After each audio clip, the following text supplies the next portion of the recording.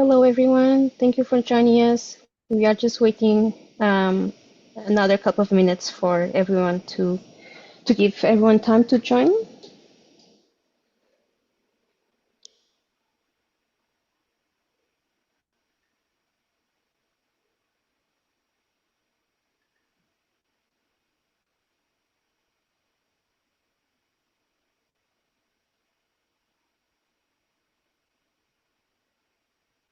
I see that some colleagues and friends have joined us. That's really nice.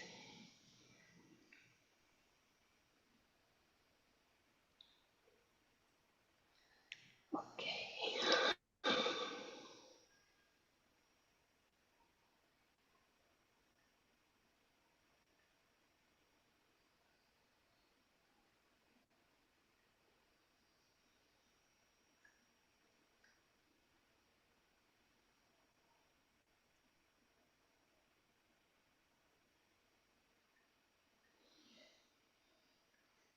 Hi, Elisa. Hi, Tanya. Welcome. Hi. Thank you. Sorry. I just give you some time for participants to join us. And but I think I can start. Okay. So hello, everyone. Good morning, good afternoon, or good evening, depending on where you are. Welcome to our Ocean Best Practices Workshop session. My name is Tânia Li Chen, and I'll be moderating this session. I am a marine biologist working as a project officer at the Atlantic International Research Center, or AIR Center for short, and I am also part of the OKEANO Coordination Supporting Action Project.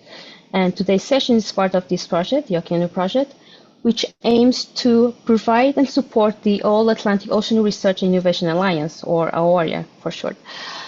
OKEANO also aims to facilitate dialogue and cooperation at local, national, and international levels, to consolidate existing initiatives, and to tackle socioeconomical issues in the Atlantic region, such as climate change, biodiversity loss, pollution, ecosystem protection and restoration, and sustainable and inclusive ocean economies.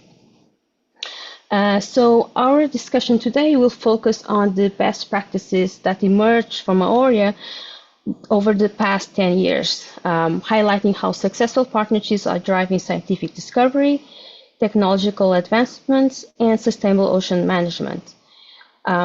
You'll discover how AAORIA was established, explore the key outcomes of the 2024 All-Atlantic Forum that was held last week in Canada, in Ottawa, Canada, and learn how to become actively involved in the Atlantic Ocean community. We have a very exciting lineup today. First, we will hear from Szilvia Nementh, who is the Deputy Head of the Ocean, Seas and Waters Unit from DGRTD, who will share with us insights from AAORIA and science diplomacy. Following that, we will hear from representatives of AAORIA signatories, and we will end the session with a panel discussion where representatives from international organizations and all-Atlantic projects will join us. We encourage all participants to engage actively. Please feel free to ask questions or share thoughts in the Q&A section. And if time permits, and I hope it does, we will also tackle live questions during the panel discussion.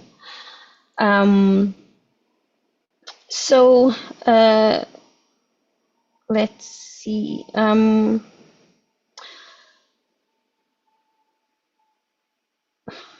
So we will like to invite our first speaker, Szilvia Nementh, to kick off this session with a brief introduction of AAORIA and the role of science diplomacy. But I think she's having some difficulty in joining us.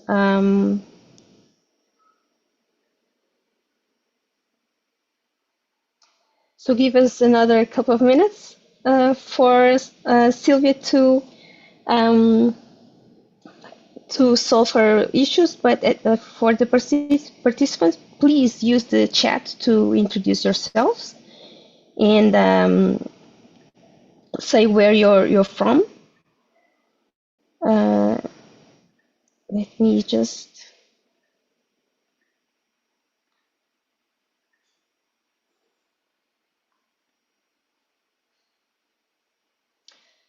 So while we wait for Szilvia to join us, I'm going to introduce the speakers that we have. Oh, Szilvia. Hi. Hello. Hi, Hi. good afternoon. Just in time. So I'll introduce you again.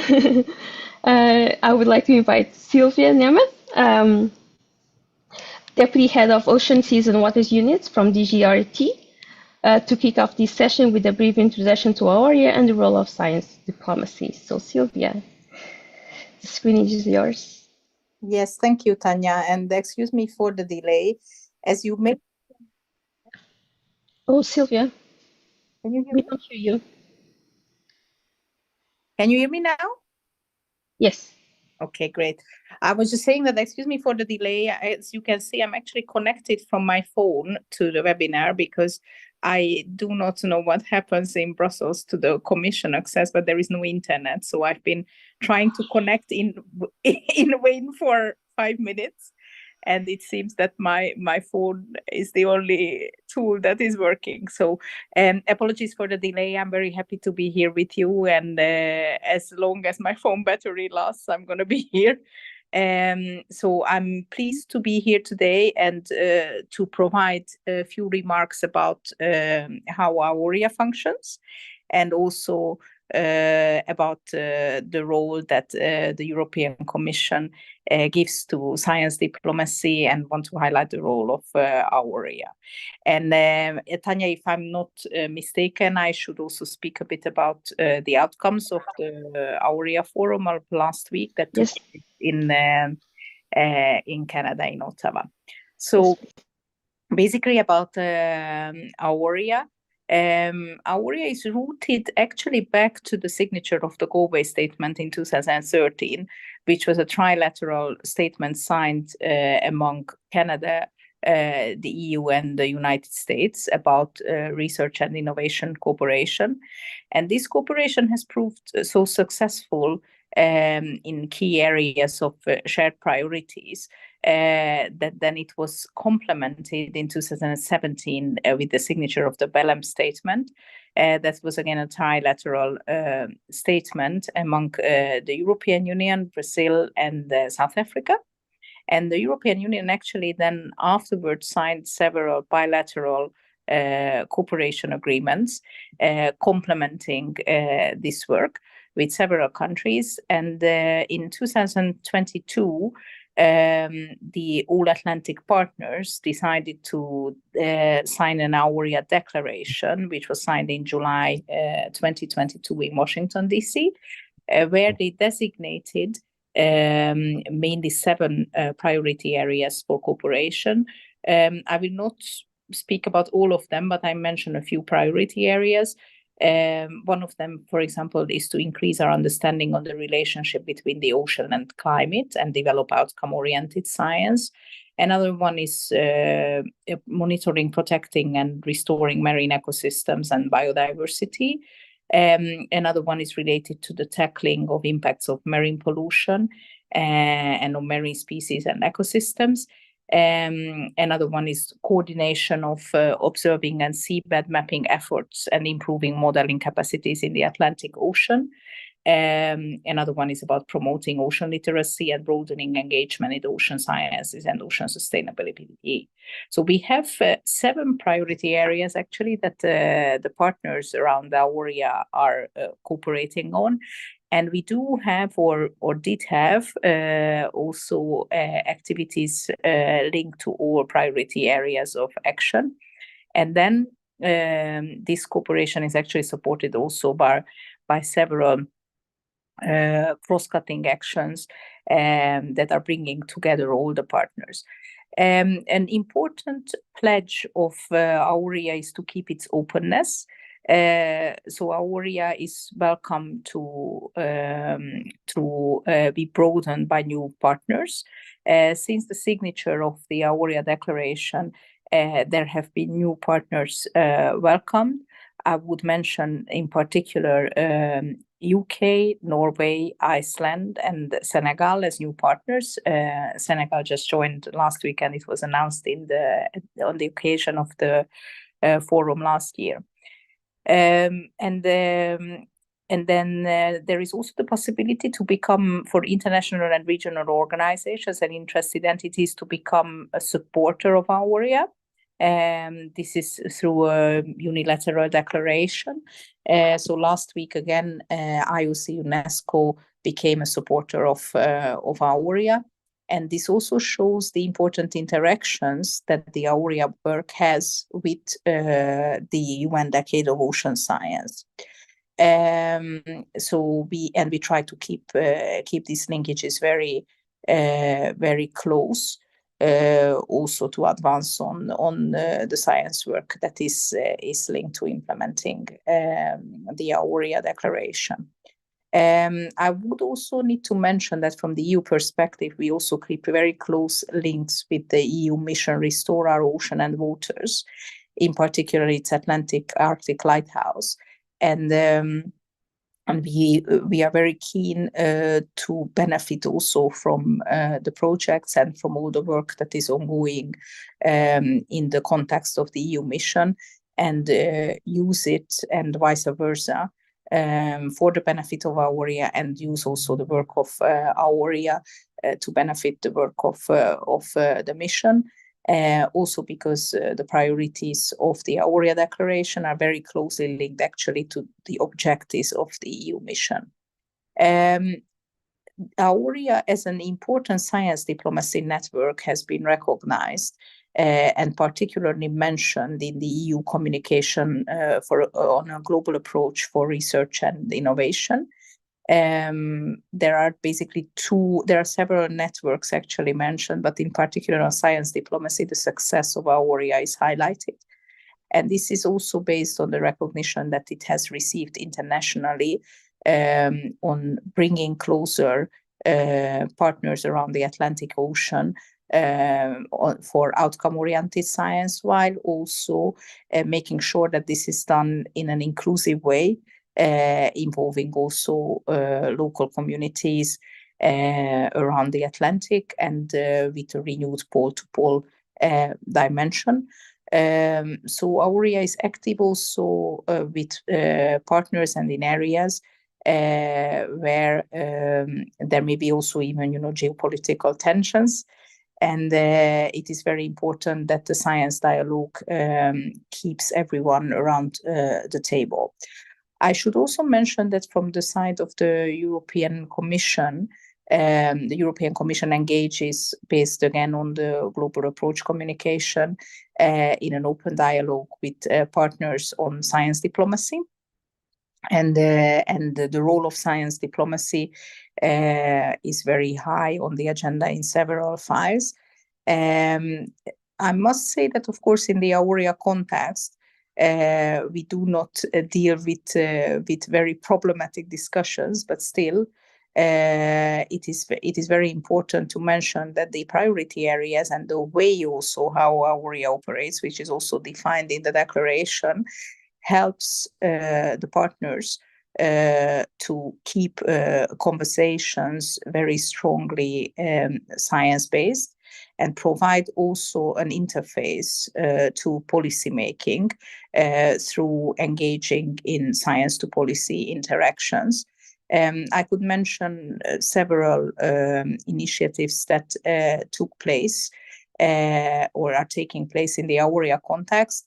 But I think an important element is always also this feedback to policy and the use of research results to fertilize discussions around the Atlantic that are linked to policy making or research funding, for example.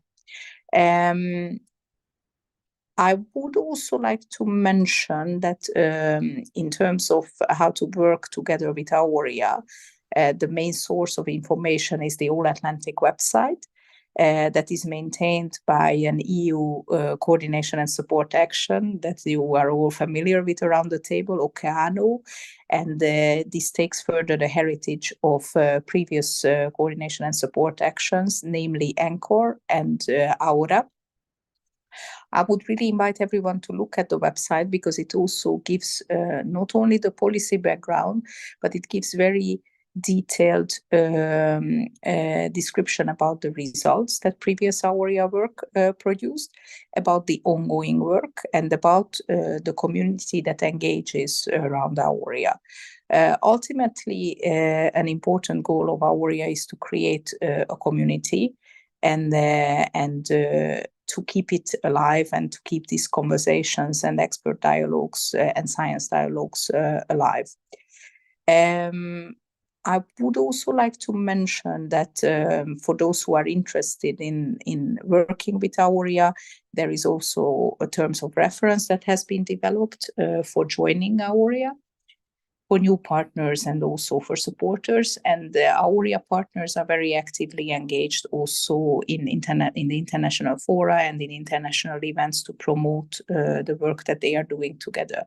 I will just briefly mention that there are the yearly fora. So there is always a forum chaired by the yearly chair of AAORIA, and that brings together and takes progress also of the implementation of the AAORIA declaration, of the relevant ongoing work of the partners.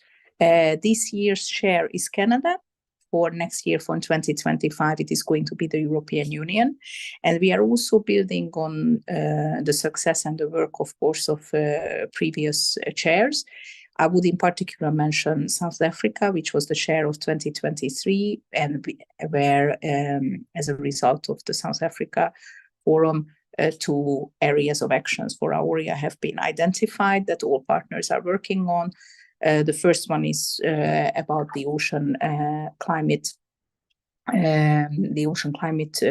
relationship, in particular for the benefit of coastal communities to increase their resilience regarding climate change. This is an action where all AAORIA partners participate, and this is led by the EU, again strongly linked to the mission that I just mentioned. And the second area of action is led by the United States, again with the inputs of all AAORIA partners on ocean observation and modeling. And there are very interesting engagement opportunities that can be followed on the website, and stakeholder dialogues that are taking place. Lastly, what I would like to mention is that the forum, it's very fresh, took place last week in Canada, Ottawa. It was a very interesting series of events that resulted in further engagement around the 2 areas of action that I just mentioned and the further deepening of it. There have been a lot of results produced as well. Again, for example, for area of action 2, you can find a draft work plan that was published by the United States with inputs from all the AAORIA partners. This is available on the website. From the EU side, for the area of action 1, there have been also a series of announcements made, including the launch of an coastal resilience knowledge hub, which is open to the inputs of all scientists and partners. And there is also an open survey that is feeding into this knowledge hub. There have been also new areas of activities or defined. I would in particular mention the very lively and engaging dialogue that took place on cross-cutting areas linked to diversity, equity, and inclusion, and the commitment of the AAORIA partners to continue these discussions and these activities together, as well as other areas of activities where there is going to be new actions launched, building on the results of the previous work. As you can see from what I said, we are building actually on more than a decade of experience and knowledge, and we would like to use this further and bring further the engagement of the 1,000 research communities that have been connected in a decade of this work. And I'm sure it's going to double or even more by the end of this decade. Maybe I stop here. I think this is enough for an introduction. I try to cover also for our Canadian partners regarding the outcomes of the forum, which are also available in a form of a statement on the iAtlantic website. Thank you, Tânia. Thank you, Szilvia. Thank you very much for your very informative intervention. Intervention on our history and the major developments, and as well for giving us the key outcomes of the recent All Atlantic Forum. that is, like you said, very fresh. It was held last week. So next, we will have representatives from a few area countries to briefly share their thoughts on how joining the Alliance contributed to the science in their country or what benefits it brought to their regional communities. We have here 4 representatives with us. We will start with Gilbert Siko from the Department of Science Innovation South Africa. Then we will have Eivind Lorentzen, I hope I pronounced it correctly, from the Ministry of Industry and Fisheries, Norway. Then Roberto Dantas de Pinho from the Ministry of Science and Technology, Brazil. And last but not least, Yara Rodrigues from the Institute of the Sea, Cabo Verde. So Gilbert, the screen is yours. Yes, thank you very much, colleagues, for having me in this session. Yes, I think the bulk of what I wanted to talk about is that the genesis of this platform for collaborations. I think it started for us, South Africa. It started with the Belém statement. I think after the Galway statement was signed, as Szilvia has indicated, we had to now start to engage with the research community. Basically, it started from the research community, basically engaging with the Galway signatories, and then from then, Brazil and South Africa then were invited for discussions with the European Commission, and then from then, in this case, what happens is that most importantly, we realize that the best way for us to benefit South Africa and to contribute significantly in this collaboration platform is to ensure that we focus on what we're doing, because it was not going to be of service for us to join the partnership and collaborative platform, and yet we are unable to fit basically the research that is being conducted that not necessarily fits into the national perspective priorities. So on that basis, I think together with Brazil, then we developed a framework document that was launched, particularly almost on the eve of the signing of the Belém statement, that is basically provide a framework for international collaboration in the South Atlantic Ocean. So that basically formed the basis of our engagement in this platform. And of course, as Szilvia has indicated, then that was when the Belém statement was then signed, quite a lot of initiatives then occurred. Building, most importantly, we realized that for collaboration, you need to build on what you have. So after that, the Belém statement signature, quite for us as South Africa, we benefited a lot because we then had an increase in number of scientific research which are participating in collaborative platforms that are funded through the European Commission. I think that included the Anchor CSA program, where ultimately joint pilot actions were launched, of which quite a number of South African institutions led those initiatives.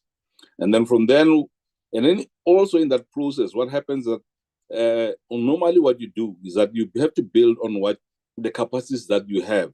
So that ultimately, when you collaborate with partners, you are able to integrate what you already have into the system.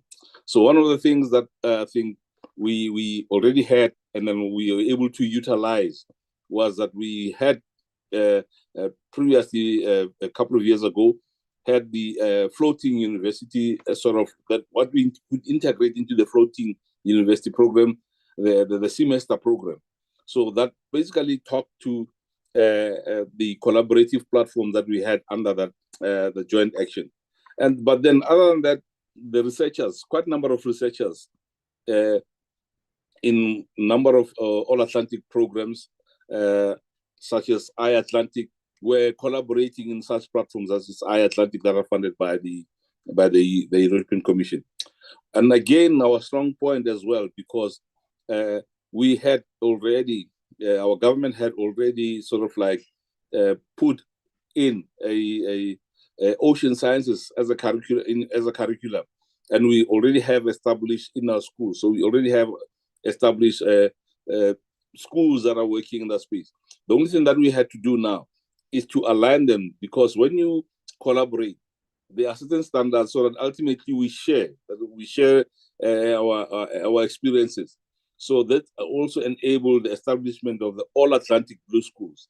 So that ultimately we are able to roll out programs in the space, because now we are now aligning our initiatives, learning from what is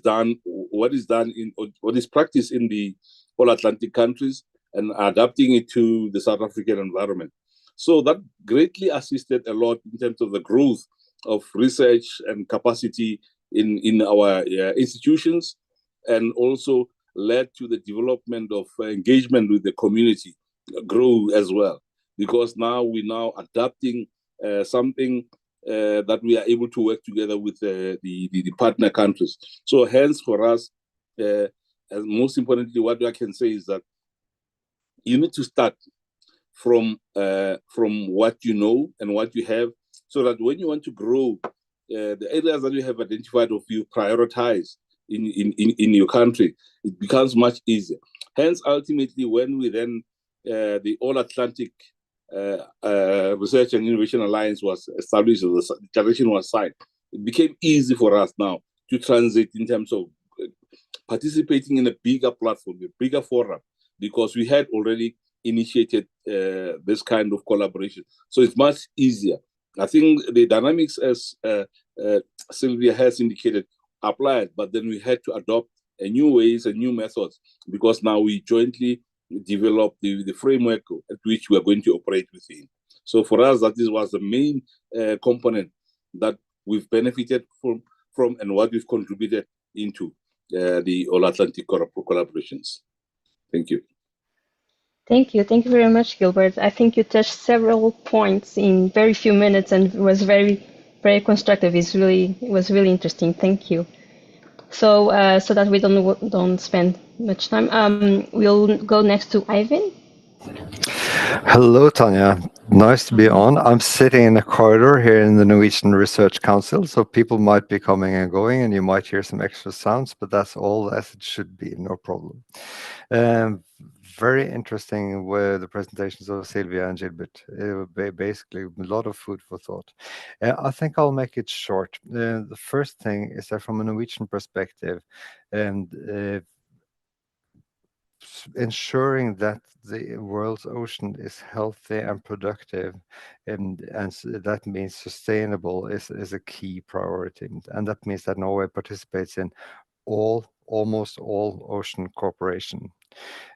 For many years, it was a challenge that there was too little international cooperation on oceans.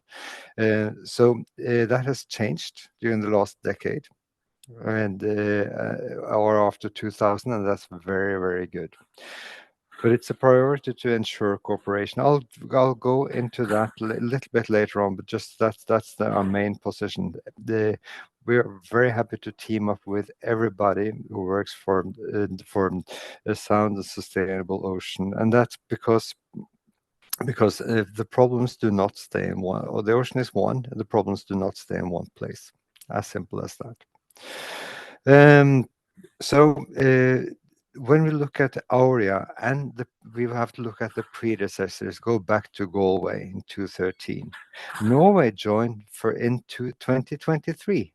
So why do I do that? And the reason why that is that one of the things that we discovered very rapidly was that our institutes and agencies, Norway invests quite a bit in ocean research, and our institutes and agencies, they rapidly discovered that the predecessors of AAORIA were doing very valuable collaboration work. It became a mechanism for where one can work on difficult problems together, and they would be joining into projects. While Norway was not a member, our institutes were definitely picking up on the projects, and they were seeing this through all the strong bilateral cooperation we have, both at the national level and also at an institute level.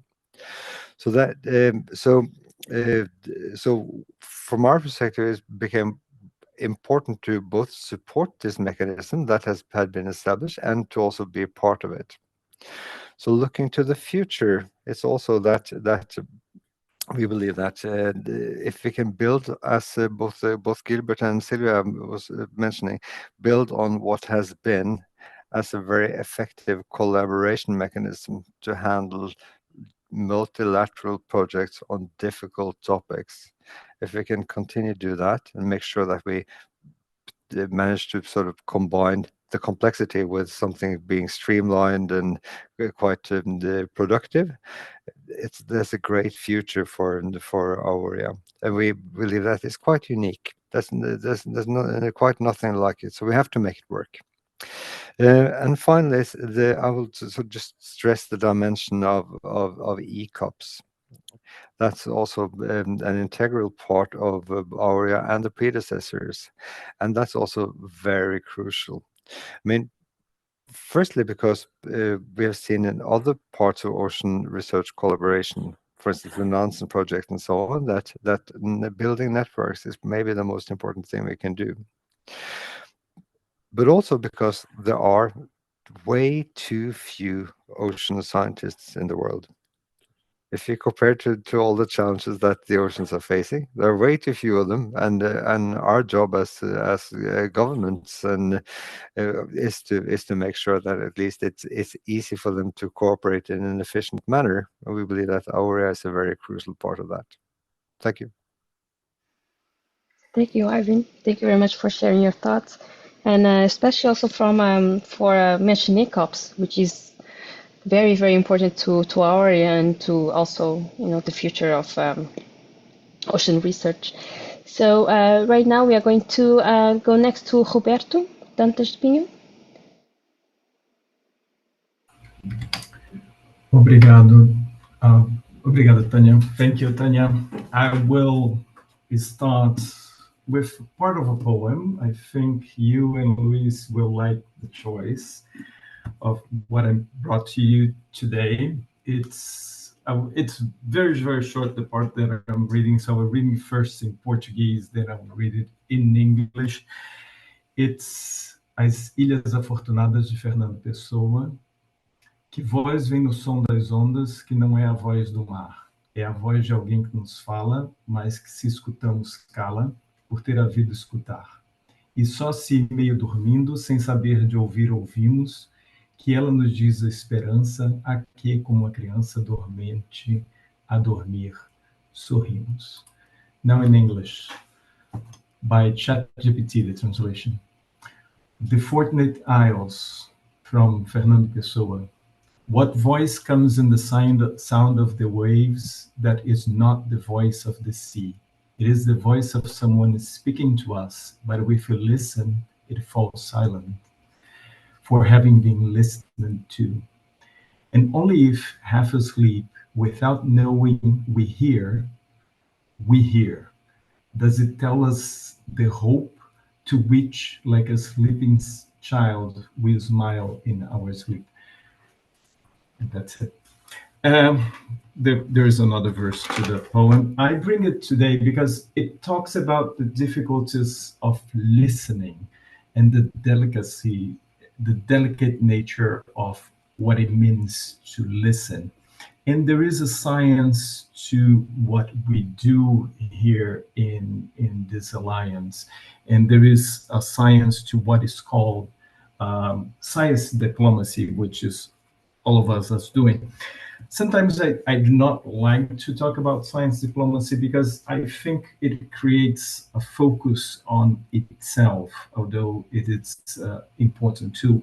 But it's important too that we have to remember that it is of service to our peoples. It has to be of service to our planet and of service to the sustainability of ourselves, of our world, of our activities. It is a science of connections, and that's the business of what we're doing here. I do believe that sometimes just putting people together, we can achieve already great things. And we can see that in the alliance happening already, as I'm certainly we have experienced, all of us, in other elements and in other occasions throughout our professional lives. And always we can strive to do better, and we must strive to do better and to do things differently, because we are in a changing world. Our environment is changing, our international relations are changing, our politics are changing. This is the old saying that the only constant in the world is change, and we experience that in the ocean, perhaps in a very dramatic form, because these are very busy times for the ocean, for the good and for the worse. I mean, we are prompted by a changing climate that's no longer waiting for us to wake up. We have seen, as we were last week in Ottawa, the powerful hurricane that hit the US. We have seen a couple of months ago an unprecedented floods that devastated the south of Brazil. So we are prompted to action in a time where the relationships are changing, and we have to change accordingly. It is, as I said, in the busy times, and I see Turra here, for instance, he will certainly talk about the decade, and this is very fortunate in that we have that in the moment. We are very fortunate that although all those changes that we have seen, the ocean is getting traction as a mainstream discussion in all the issues that affect our planet and our lives and our livelihoods. But it is a lot of extra work for us. Our alliances that crosses over all of our other relations. We have connections with here. I look around the table and I see the other connections that we have to work with, and that we are fortunate to have. We have with Portugal and Cabo Verde, the shared connection of the Portuguese language, and we work with that. We have other relations with South Africa and joint programs together that we also do. And this is very good. It just adds to the complexity of our work, but these are we have, as was pointed out by Szilvia and by Gilbert before, and Eivind too, that we have learned how to work together in a way that's very peaceful. It's very intense sometimes, but always with respect, always with common goal on site. And I cannot wait for 2026 when we are going to be hosting the Forum in Brazil to have you all here with us and across the ocean. Thank you very much. Thank you, Roberto. Thank you very much for your intervention and for mentioning this sense of community, which is something that it was felt very strongly during the whole event last week. And thank you for the invitation for 2026 to Brazil. So next, next we will have, last but not least, Yara Rodrigues, who will share with us her thoughts from Cabo Verde. Hello, everyone. Good morning. This is indeed very fresh. I want to salute all my colleagues. I've been with them during the past weeks. Can you hear me? Okay. I've been with them during the past days, sharing a lot of ideas regarding to what is the AAORIA, right, for our countries, what it represents for our countries, but also what are the potentialities for the future.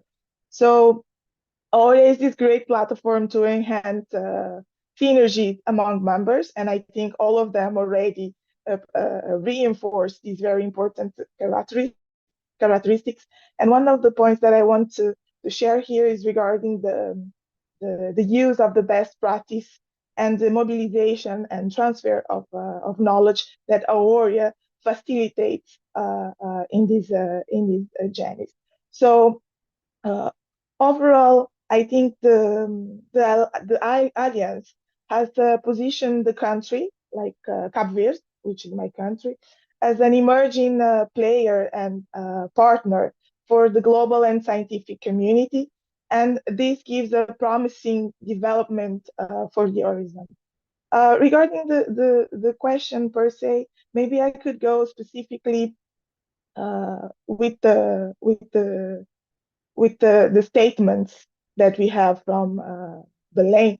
The membership in Alliance has facilitated the collaboration between local researchers and international scientists, fostering the knowledge exchange and joint projects in general. And one of the examples that I wanted to give here, which is a good one for Cabo Verde, is regarding the AAORIA and Air Center, because there are many members of AAORIA that are also part of the collaboration with Air Center, and which was built with the Belém statement. And Air Center is a good tool to help AAORIA to implement this global agenda with the different subjects that it does. So members as us has been, having these great opportunities to have technical assistance, global transfer, synergies, and many other opportunities, and that we want to foster not just for our country, but also with our colleagues. One of the examples was this workshop that we did with the Air Center with Angola in stock assessment. So this was one of the best practice that we have regarding this topic. Also regarding to previous projects as the anchor, Cape Verde also is part of the Blue Schools networking, and we are trying to enhancing this for the future. My colleagues also talked about ocean culture and diplomacy. This is also things that are implemented that are incorporated in the global agenda of AAORIA, and it's part also of our country's strategies. Also, there are a lot of other points that I can tackle as the funding opportunities, like the one that we had with OKEANOS, right? Being part of OKEANOS, we could also bring ourselves in the AAORIA platform and have other type of networking and partnerships for the future perspectives. Regarding the benefits for the regional communities, I think this also relies on foster collaborative projects, focus on the different subjects like conservation and sustainable practice that can help Cape Verde, which has unique ecosystem, to benefit from the environmental and local livelihood. So as for the future, I think AAORIA is doing a great job, as I also said this many times during the conference, by integrating more partners, by having this sense of community, by bringing points as inclusion and diversity, by bringing the youth with the ECOPs and extending the role of the ECOPs. And there's a lot of ongoing support initiatives that will come forward, and that will likely groundbreaking research and innovation for countries like mine, and that will also enhance these sites for different other initiatives and global institutions regarding collaboration and sustainable investments. I really like to stress this all the time, because it's something that countries like mine need, also like yours, but we do need more sustainable investment with long-term practice, and AAORIA is aware of this, and I'm pretty sure for the future it will bring it will bring this for the next projects, and to help us to potentialize our role in this global scientific community. Thank you, Yara. Thank you very much for sharing your thoughts. Thank you so much to all our country representatives for sharing your thoughts on the benefits of working together through different ways for common goals, despite this wide diversity of needs and challenges. So thank you. Now we will start our panel discussion. For our panel discussion, we will have 6 other guests joining us. We will have Alexandre Turra, professor at the Oceanographic Institute of the University of São Paulo and head of UNESCO Chair on Ocean Sustainability. Also, Luís Pinheiro, professor and researcher at the University of Aveiro, Portugal, and chairman of the Portuguese Committee for the IOC UNESCO. We will also have Sahar Stevenson-Jones, project officer at the European chapter of the Society of Ecological Restoration. We will have Murray Roberts, professor at the University of Edinburgh, and coordinator of Atlas and iAtlantic projects. Elisa Ravanhan, chief scientist at NORS, the Norwegian Research Center, and coordinator of the project Astral.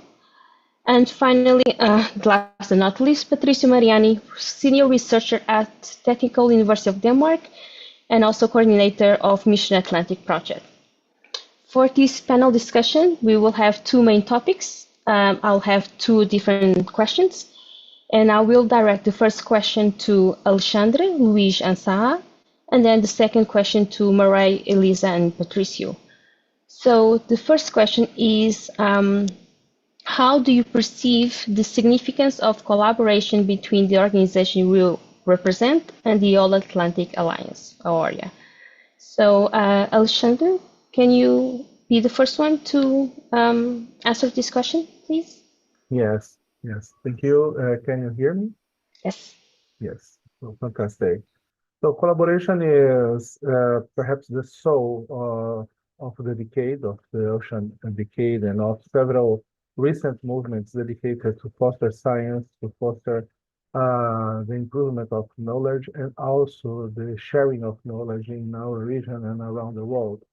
So I think this is the backbone of what we need to build. And we have several, as we know, we had before in this session, we have a lot of declarations and agreements, multilateral and bilateral, that are supporting that.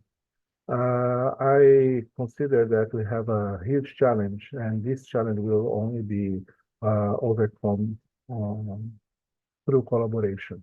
That is the need to increase in the support of ocean science. And the Global Ocean Science Report produced by IOC shows that we have around 1.7% of all investment in science dedicated or directed to ocean sciences.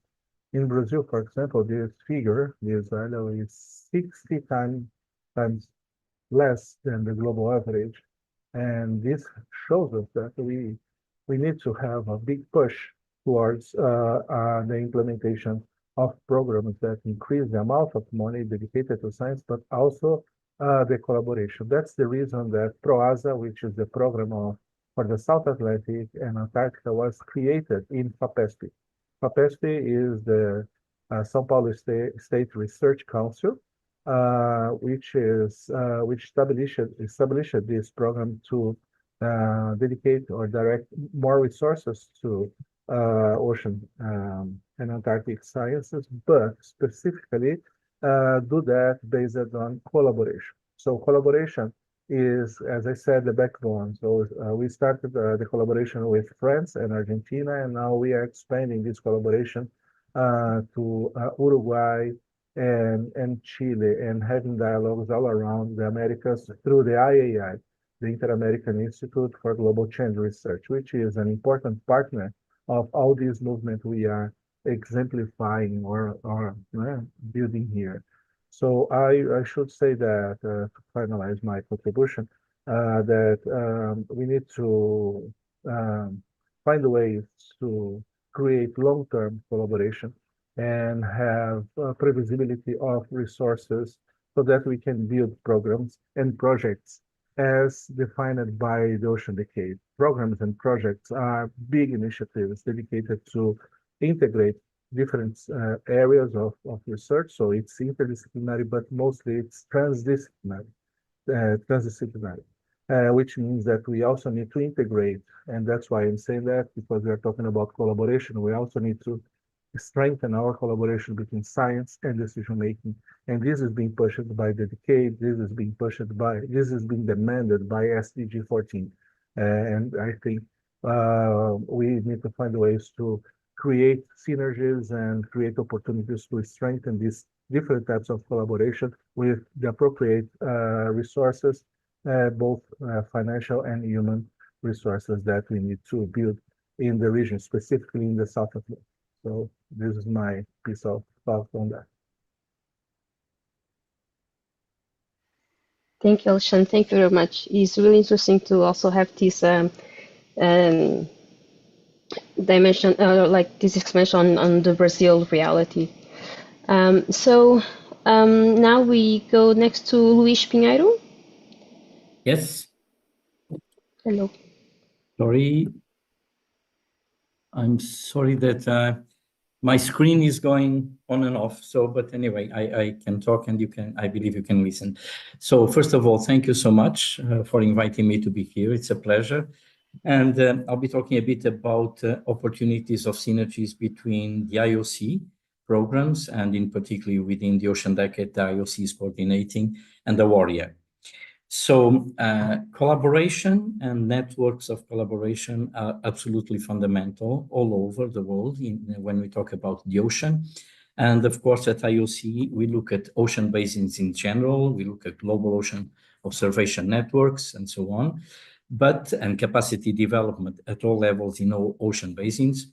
But AAORIA can therefore make a huge contribution, in particular what concerns the Atlantic Ocean basin. So here we have a network of collaboration between different countries. Many of us, we have also collaboration with countries which are outside the Atlantic. And so within the scope of the UN Ocean Decade, for instance, there are huge opportunities for joint collaboration. Just a few that I can mention. So one of them is we can, of course, work on some of the objectives of the decade, like, for instance, mapping the ocean floor. We wish to have the full ocean mapped with adequate resolution by 2030. And in the Atlantic, there are still gaps, and there will be gaps that need to be filled before 2030.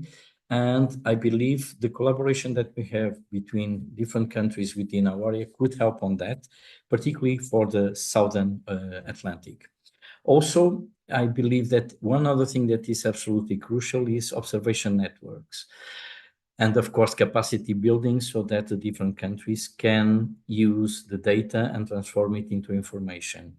Again, here, AAORIA is a wonderful partner because we can share between us the gaps that we have within the Atlantic and make sure that these gaps are covered through a joint collaboration between AAORIA partners. One other thing that I think we could also, just another example, is on the program that we are now starting within AAORIA on resilient coastal cities. There are other initiatives already going on within IOC UNESCO and the UN Ocean Decade, namely on coastal cities network. There is a coastal cities network. And so bringing these and making them work together with what we want to do for coastal resilient cities, this is absolutely critical. And again, maybe we can also learn from what is happening in terms of another program that we have at the IOC, which is tsunami-ready cities. So in this case, we have created a set of indicators, which the different municipalities, they have to fill in so that they are recognized as tsunami-ready. So I believe within AAORIA and with the work that we are doing on resilient coastal cities, we could extend this vision of not tsunami ready, but to a much wider spectrum, namely at the different types of risks that you have in coastal zones, including coastal erosion, what is going to happen with the increasing sea level and so on, and warming. And therefore, we could produce something jointly on resilient coastal cities, which would be a major endeavor, I think. So these are just some of ideas on which I think there could be a strong collaboration, but of course, in all fields of marine science, in capacity building, in ocean literacy, there's a lot that AAORIA can bring into the programs being run at the IOC. Thank you, Luís. Thank you very much.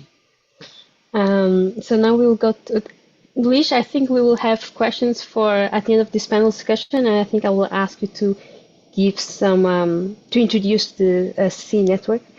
Yes, the floating universities. So okay, so but right, for now we will go to Sahar to give her thoughts. Thank you so much, Tânia, for inviting me. My name is Sahar. I'm the Marine Restoration Project Officer for the Society for Ecological Restoration Europe. Let me first introduce the Society for Ecological Restoration as a global entity. It's a global organization dedicated to advancing science, practice, and policy of ecological restoration. And all of the things that have been mentioned that the AAORIA network is working on come into ecological restoration at some point. So it's relevant in that sense. And our aim is to recover ecosystems that are impacted by human activities. The society itself acts as a network of networks, and it connects researchers, practitioners, policymakers to share knowledge and best practices and ensure that that expertise has a direct impact to enable change. SARE Europe is the European chapter of this organization, and it addresses key local challenges such as biodiversity loss, climate change, and ecosystem degradation.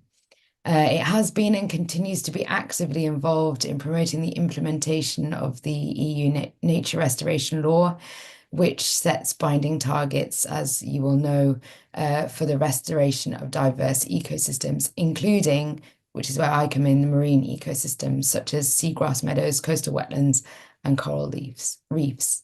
SARE Europe supports a range of marine ecosystem restoration projects, which we're very proud to be part of, that target the recovery of vital coastal marine habitats under Mission Ocean, Restore Our Ocean and Waters by 2030.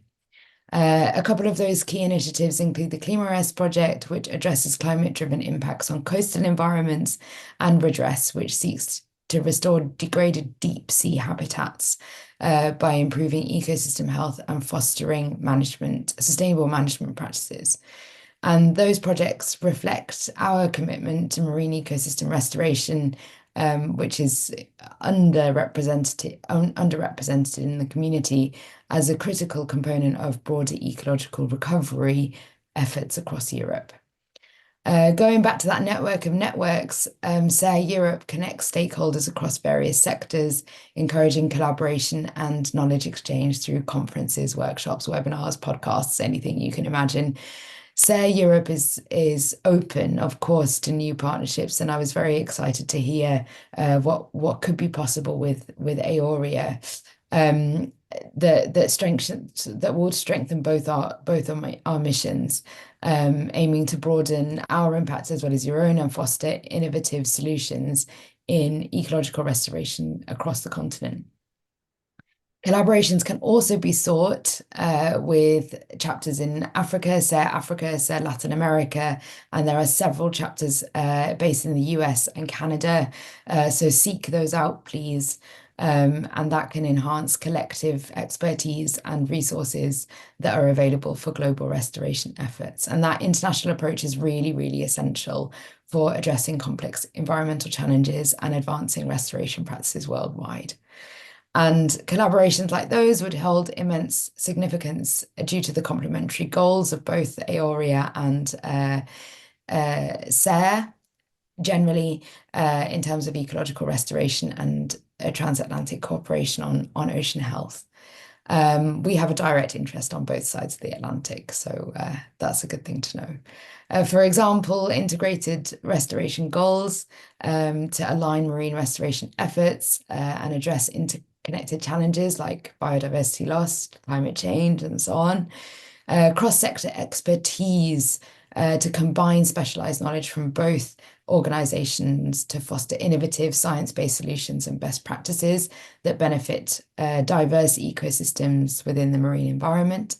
And also policy influence and resilience. That's not the last point by any means, but it's a possibility, one of the possibilities.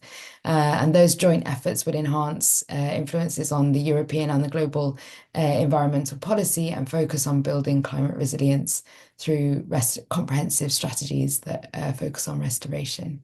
So I want to tell you about something in addition to this. So I will just summarize a collaboration between SER or SERE or SER Africa, any of those chapters, and AAORIA could enable knowledge sharing, widen influence, and ensure a more comprehensive, high-quality marine restoration effort that benefits all stakeholders across the Atlantic, therefore strengthening global ecological resilience, which is everything in the process, and also sustainability. I want to tell you in particular about the newly established Marine Restoration Working Group, which is playing a key role in promoting collaboration to achieve SARE Europe's goals for restoring marine and coastal ecosystems. And we really hope that next year we'll be able to take this to become a global network. The Marine Restoration Working Group will bring together researchers, practitioners, policymakers from across Europe and enhances knowledge sharing and fosters practical science-based restoration efforts. It's got a huge breadth and depth of expertise and motivation and passion. And as a result, the group is positioning itself to play a leading role in, for example, shaping the highest quality national restoration plans, which are hugely important outputs of the nature restoration law, hopefully ensuring that marine restoration activities and initiatives adhere to the best scientific and ecological standards. And by facilitating those partnerships and hopefully in the future with AAORIA, the Marine Restoration Working Group will strengthen SER's mission to restore and protect vital marine ecosystems across Europe, and we hope that AAORIA can be part of that. Thank you for having me. Thank you very much, Sahar, for this very comprehensive description of how AAORIA could or will collaborate. And this is very exciting because this is all around ecological restoration, and so it's within the EU mission Ocean Waters. And again, like you said, it's very linked to coastal resilience, which is one of the priority areas of AAORIA. So this is very exciting. Thank you. So next we'll go to the second topic of this panel discussion. And we will have coordinators of all Atlantic projects to give their perspectives. And so the question is, apologies, how does the All Atlantic dimension of your research project contributed to its significance and success? So we will start with Murray Roberts, which I think already connected. Thank you, Tânia, and I hope everyone can hear me. It's wonderful to be here, and thanks for the chance to speak. So what I'd like to do is try to represent a community of practice that's really evolved over 10 years now. Tânia mentioned the Atlas and the iAtlantic projects, and I'd just like to share some of the experience from that. And the answer to the question in terms of how significant transatlantic is, I mean, it couldn't be any more significant. It's absolutely fundamental and vital to what it is that we've been able to pull together. So I'm just going to share a couple of pictures with you, which I hope are visible. Just to bring home some of the results from the project that we've been running. So iAtlantic and that community of practice grew from the Belém statement and the earlier Galway statement. So the Galway statement signed in 2013 and the Belém in 2018. And that transatlantic partnership that we've developed has grown through those statements. The science behind this, and I do want to get into some details here because we often talk on these panels at a very high level, which is great, but actually to get into some of the details and think about what it is we need to do to understand ecosystem functioning and the future trajectories that ecosystems are going to be on, because we're living in a time of unprecedented change.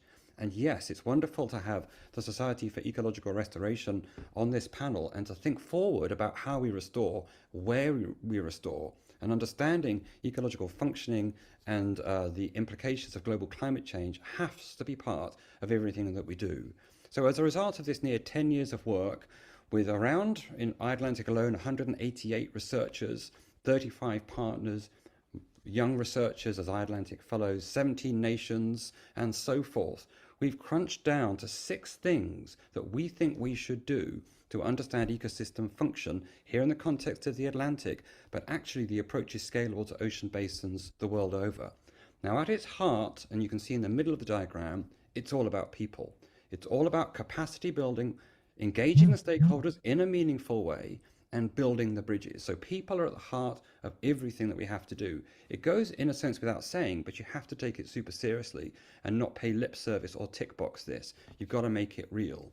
In terms of dealing with different research economies and expertise, recognize the expertise. For us, it was a pleasure to work with senior academics in the Global South who are brilliant and leading in their fields. Just to name check a few people, A.J. Schmidt in University of Western Cape, South Africa, a leader in marine heatwave analysis working in iAtlantic. Over in Brazil to work with people like Marcelo Kitahara, an expert taxonomist who trained our early career researchers in Europe and North America in the taxonomy of things like deep sea corals. So the people are at the heart of everything that we do, but then the priorities for scientific action will focus initially on oceanography and ecosystem connectivity, pulling the ecology and the oceanography together for many practical as well as scientific reasons. Some of the practical reasons are the arrays and the partnerships that are developed to monitor oceanographic change in the Atlantic, in the North Atlantic, the OSNAP and rapid monitoring arrays of instruments that measure the currents and temperature changes of the oceans, supplemented with more biologically relevant sensors thanks to ATLAS in the North Atlantic and in iAtlantic, in the South Atlantic, in the Samok and Samba arrays, where we brought oxygen sensors into those areas for the first time. So aligning those two things is critical.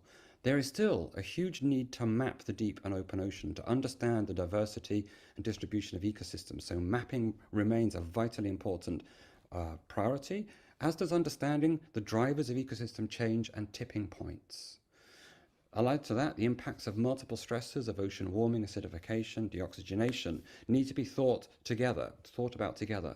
And here we can integrate across classical approaches such as fisheries, data and research to more unexpected or unusual data sets, where we can, for instance, look at the corals of the deep ocean, which lay down rapidly, kind of sensing climate archives in their skeletons. This is a largely untapped resource to be scaled at ocean basin research. iAtlantic in particular has developed all these priorities and lays them out in a blueprint paper, which is on the screen at the moment, and you can download this for free using the QR code. All of that information then needs to feed into spatial, temporal management and protection.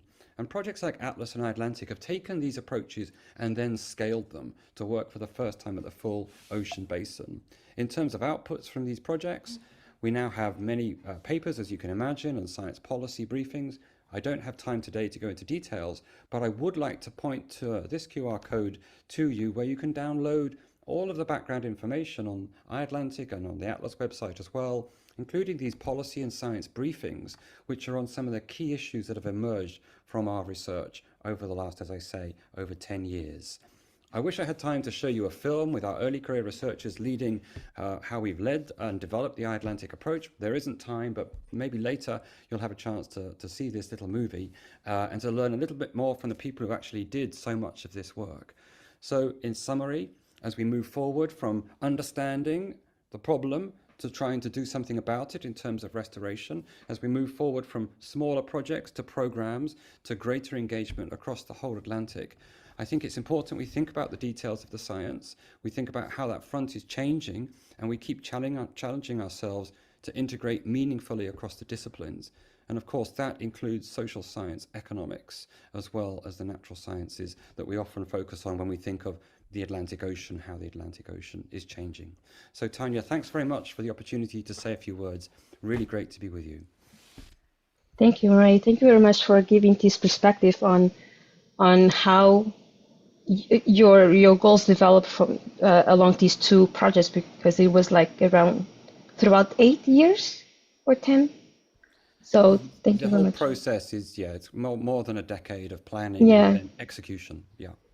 Yeah, so thank you very much. And also please feel free to share the link on the chat with the audience of the video you wanted to share.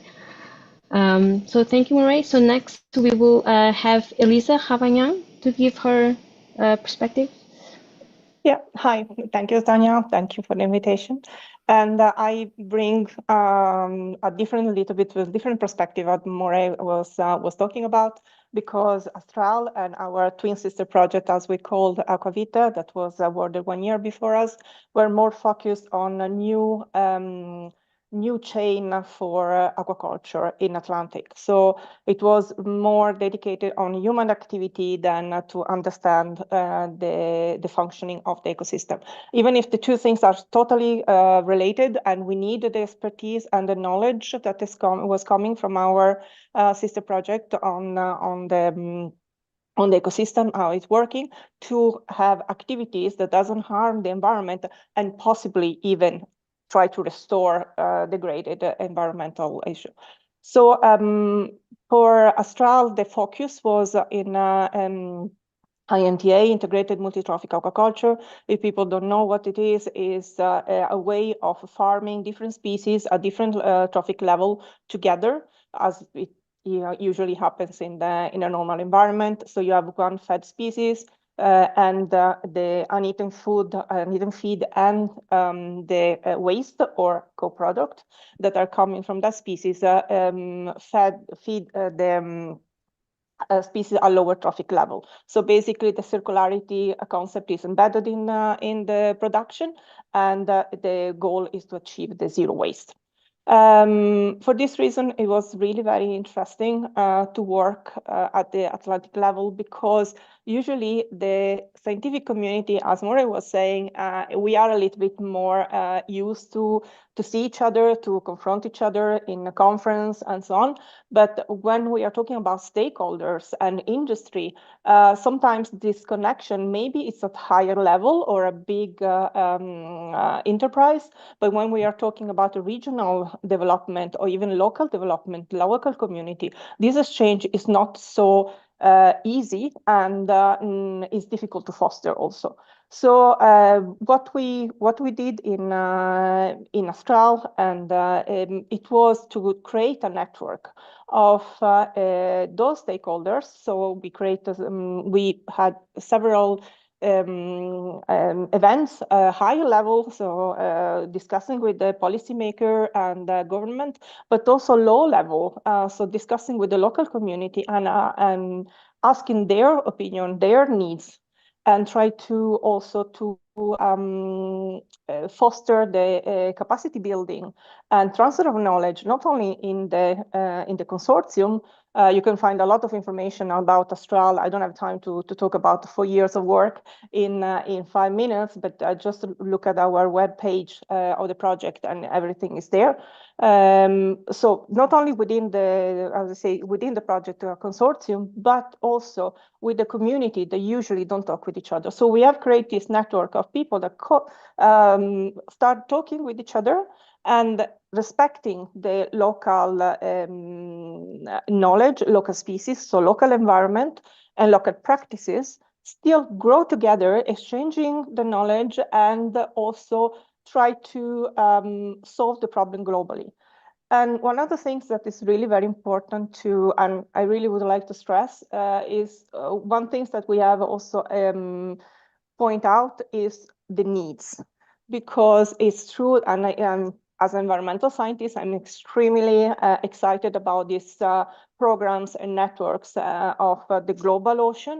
But at the same time, when we are talking about activities, especially when we are talking about regional, local activities, the knowledge and the grid of data we have, there is a mismatch between the global Atlantic and the small one. So to develop systems like technology and so on that are low cost or cost efficient is really very important, especially when we are talking an area that sometimes is challenging economically and socially as the southern part of the Atlantic, but gives still the tools that can monitor not only the environment, but also the production, and the possibility to create it to have the information they need to operate, at the same time to robust enough to feed also in this big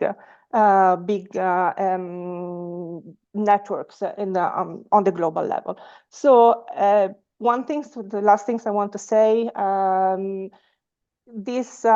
really very happy that Roberto was mentioning this sense of community, and also you say that was evident in Ottawa. Unfortunately, I couldn't participate this year, but I'm really very happy because I think all the projects awarded in the in the All Atlantic call, both the one on the ecosystem, but the two one on the aquaculture side, have built this sense of community, because it's not happening in overnight.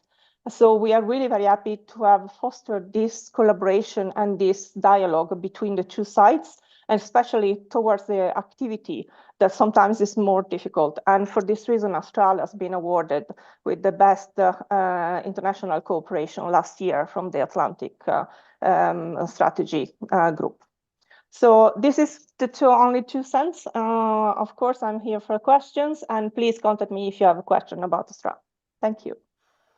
Thank you, Elisa. Congratulations to the award to the SOL project. Thank you very much to also bring again this sense of global community, and also the diversity of local knowledge, and also local needs, specific needs. And it's very important to develop technology that can answer to all of that. It's a challenge. Thank you. And now we will go to Patricio Mariani. Yeah, thank you. I hope you can hear me. My connection is not super stable here from the hotel. And of course, some of the things that I would like to bring forward in terms of the role of the All Atlantic Science Diplomacy Initiative in supporting the research that we have conducted in Mission Atlantic. Some of the stuff are similar to what Elisa just said and Murray said before. The role, of course, of stakeholder engagement in a kind of transparent and reliable and meaningful way is fundamental for a project like Mission Atlantic, which is building on the so-called integrated ecosystem assessment, which is a method that has been used and is widely used in the US and Canada, and is also used by ICES for their ecosystem overview and ecosystem assessment, and really relies on the engagement with stakeholders. Having the possibility to work with local hubs or case studies across the Atlantic really made this science to policy and science to society transfer very meaningful and easy. And actually working with the world lead experts across the Atlantic also, of course, generate new ideas. So the initial method that we proposed in terms of integrated ecosystem assessment, I think has been advanced a lot by the work of our colleagues in Brazil.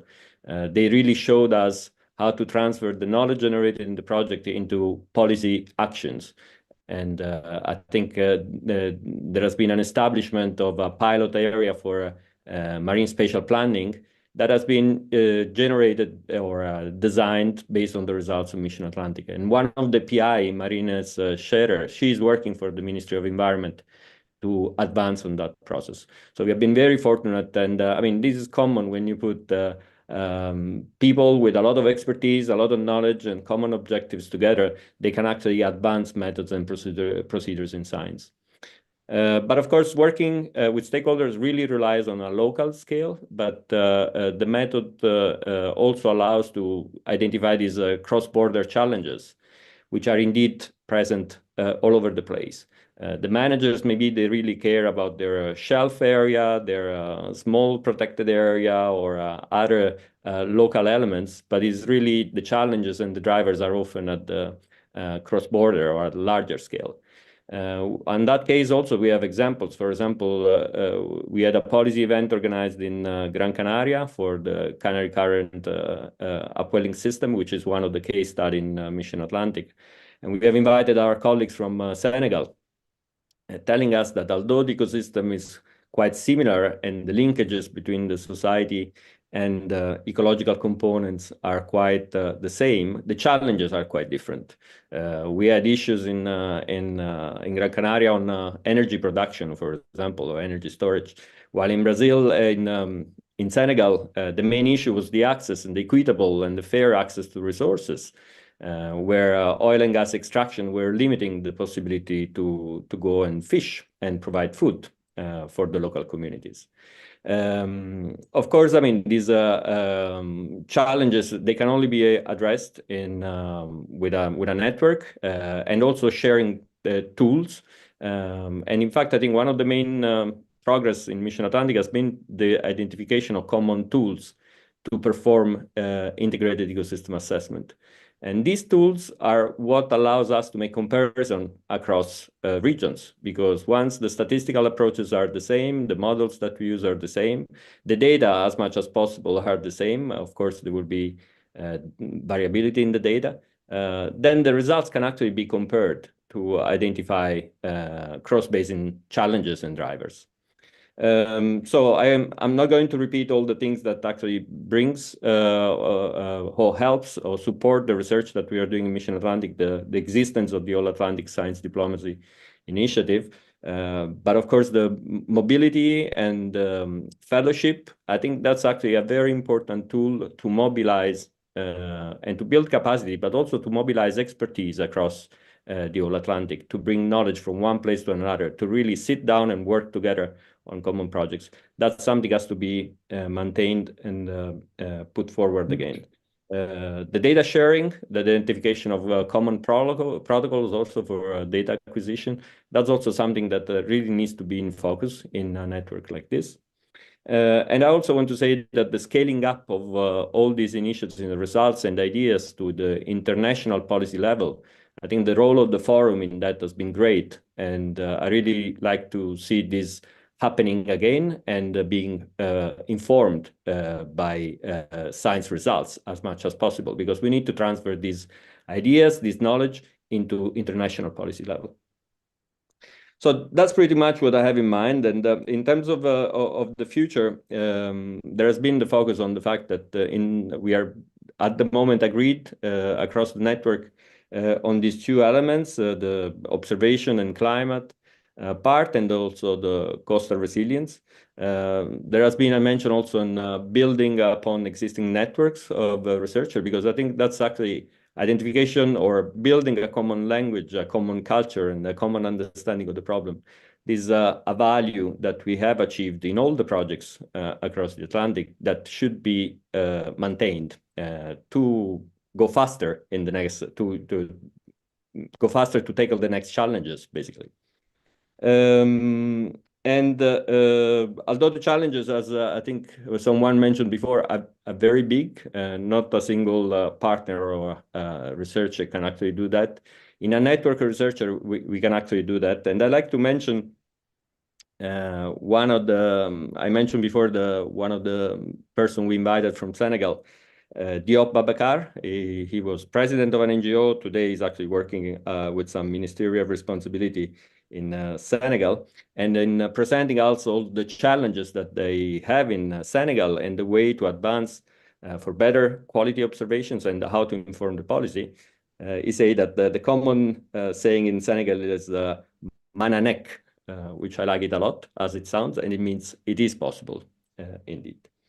So that's what I have to say for today, and I'm really supportive for the All-Atlantic to continue and to expand even more. We heard before that Senegal is now in, Iceland is now in, Morocco was already, and now even more engaged. And I really hope that all these capacity, all this effort that we are making will also be supported by common collaborative researches.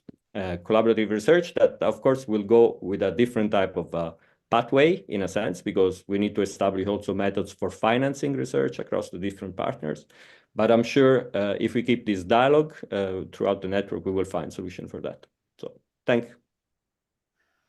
Thank you, Patricio. Thank you very much. You mentioned a lot of information, which is very important. It was also very discussed during last week. So stakeholder engagement, cross-border challenges is really important and real. Thank you for giving examples of different local needs and challenges. Because this, although it's a great challenge to tackle all of these issues, it also shows the very interesting part of this culture, diversity and different backgrounds. So it's nice. So thank you very much to everyone who participated in this session. We still have a few minutes for questions that the audience may have. And while we wait, if someone has any question, I'll ask Luís Pinheiro to give a short introduction to the initiative C Network, because it's a really nice opportunity for collaboration if people are interested. Yes, Tânia, thank you very much. So the All-Atlantic Floating University Network, it's an initiative that we developed within the Anchor project. I just put a link there, and it's directed to ECOPs. And so what we are doing is we are building on existing programs all over the Atlantic that are doing training at sea. And we want to share the experiences and work together on the best ways to promote mobility of ECOPs and students throughout the Atlantic. So this is also highly linked with giving opportunities for ECOPs to have an experience at sea, but at the same time, we want to hear their voices and their involvement in the different programs that are being run within AAORIA. And for this sense, I would like also to mention that this is also happening in close collaboration with the intergenerational dialogues that are also being run within the AAORIA framework. And we just had a nice workshop, a really nice workshop in Ottawa, where we had lots of early career ocean professionals talking about their needs, looking at what they think are gaps and things that need to be tackled. And so giving them this opportunity to go to the sea, to have experience, to understand how we acquire data, and also work in a multidisciplinary environment, also multi-generational. This is absolutely essential in our view to build the new generation of ocean career professionals. And so this is a joint voluntary effort between 40 institutions from 27 countries. And so we are hoping that it will even grow bigger and bigger, and that we will promote more opportunities for early career ocean professionals to have this experience and to share their views with an older generation, and so that we can learn from each other. Thank you. Thank you very much, Luís. So we are 1 minute away from the end of our session. I hope with our discussions, we have convinced our audience to wanting to collaborate with AAORIA or wish to conduct their activities with networks beyond their region. There's a lot of exciting activities across different levels, from communities to the political level. So if I'll end the session, we don't have any questions here from the audience, but if anyone from the panel has something to comment, please feel free to intervene. Just thanking maybe Tânia once more for organizing this very interesting webinar, and I would like to invite everyone to be part of these dialogues in the future as well. My network is established, so I'm not on the phone anymore. I see that. Thank you, and very nice to be Thank you. as part of the panel. Yeah, thank you very much, Szilvia. And thank you for everyone again for being part of this webinar. Okay, so I think, oh yeah, we are right on time. It's 1 p.m. here. So thank you for participating. Thank you for the audience to be here, and see you next time. Thank you, Tanya. Bye. Thank you. Bye bye. Bye. Thank you. Thank you. Bye. Bye. Thank you, Tanya.